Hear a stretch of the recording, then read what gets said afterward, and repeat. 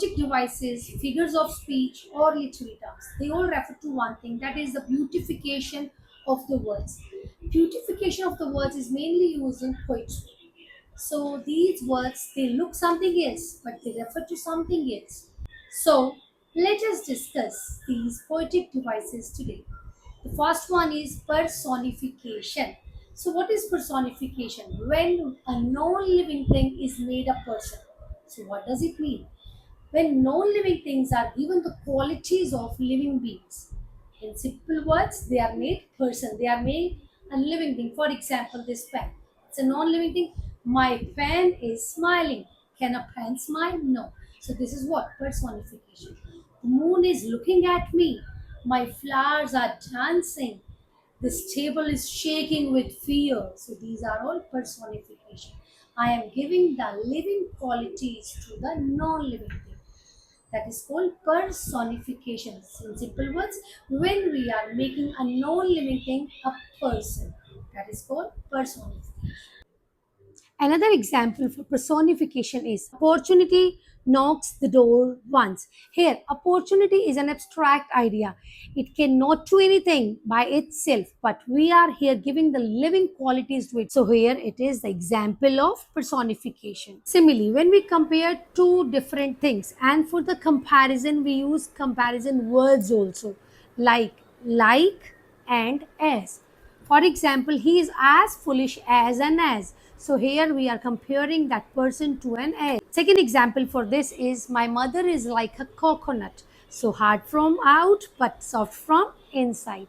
Next example is he is as brave as a tiger. She is as beautiful as a flower. I am like moon. So here we are comparing one thing to the other and we are using comparison words too. Alliteration. When a consonant sound comes in the consecutive words of the same line, the consonant sound should come in the initial position. For example, snail is slouching. Snail slouching. So it is coming in the initial position in the beginning of the words of the same line. When a consonant sound comes in the beginning of more than one word in the same line, then it is called alliteration. I'm repeating, when a consonant sound is repeated or it comes more than once in the consecutive words of the same line, then it is called alliteration. I'm repeating, it comes in the initial position only, but when it changes the position, then it doesn't remain alliteration, it becomes some other poetic device. Some other examples of alliteration are teacher is teaching, t. Father is feeling fear, fur. The next one is she sells seashells, sir, golden cradle. So repetition is going on in the initial sounds of consonants only and that too in the same line. So this is alliteration. Consonants. Consonants is also like alliteration. In alliteration, we refer to the initial sounds, whereas in consonants, we do not see the initial, rather, we see the center one or the last sound. So, when in the consecutive words, a consonant is repeated in the same line. Again, I'm repeating, when a consonant is repeated in the consecutive words or the neighboring words of the same line, it can come in the center, it can come in the last. But when it comes in the beginning, it is alliteration, whereas when it is repeated in the center or in the last, it is called consonants. For example, struck the clock, C, clock, CK, struck, CK. Next is quick, click, CK again, CK. Next is Mike likes the new bike, KE. Toss the glass. So in all these words, the neighboring words had same consonant sound in the last. So this is called consonants. Metaphor. It is same like simile. The only difference is we do not use the comparing or the comparison words.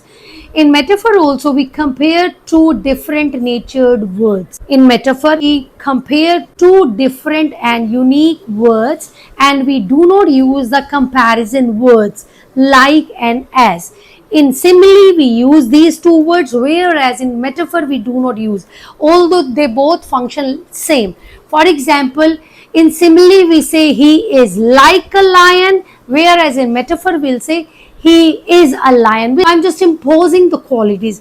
I'm not using any comparison words. I'm simply imposing its qualities. So when you simply impose the qualities without using comparison words, that is called metaphor. Example for metaphor are, her eyes were diamonds.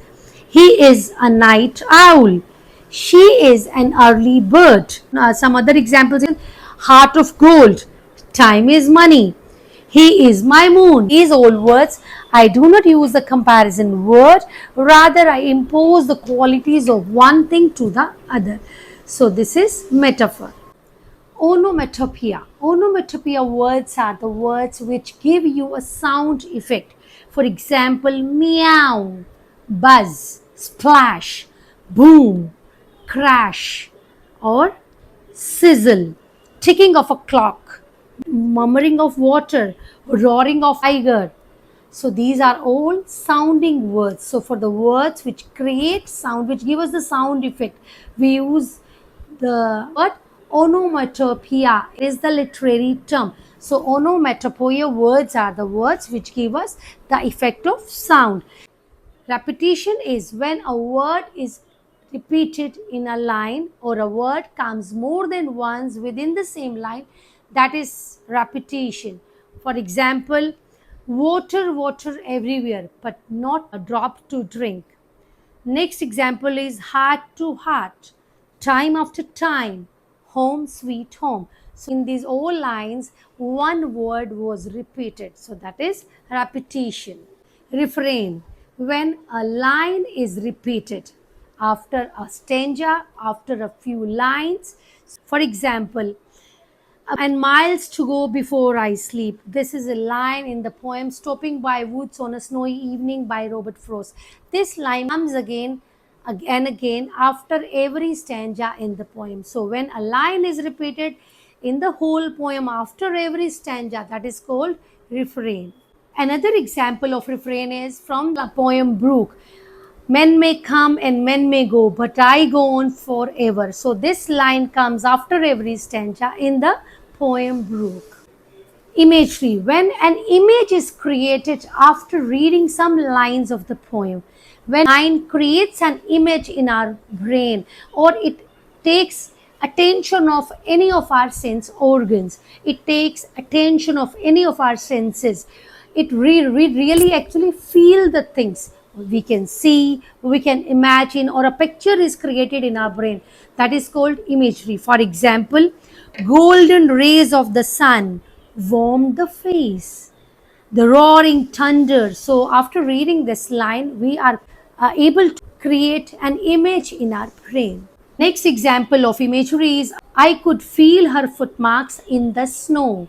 Another example for imagery is, in a thick dark forest there stands a man. So here we can imagine a man is standing in a thick forest. So an image is created. So this is called imagery. We'll just simply underline the whole line and we'll write the word imagery. Hyperbole, when the words are exaggerated to add content to the poem. For example, it was raining cats and dogs. Is it feasible? No. But we are using the words cats and dogs. So here we are exaggerating the meaning. Next is, he weighs a ton. Is it possible? No. So we are just exaggerating. What is exaggerating? In simple words, बड़ा चढ़ा कर कहना, छोटी सी बात को भी बहुत ज़्यादा बड़ा करके कहना. That is called hyperbole. Extra, over बोलना. Next example is, he is the size of a pea. Is it feasible? Can anybody be the size of a mutton? No. Next example is, I can eat a horse. Oh my God. Extremely hyperbole. I am freezing. It's killing me. So these are all examples of hyperbole. We are exaggerating the things. Bada chada kar bolna is hyperbole. So when it comes in your exam, we just write the whole line, underline it and write the word hyperbole.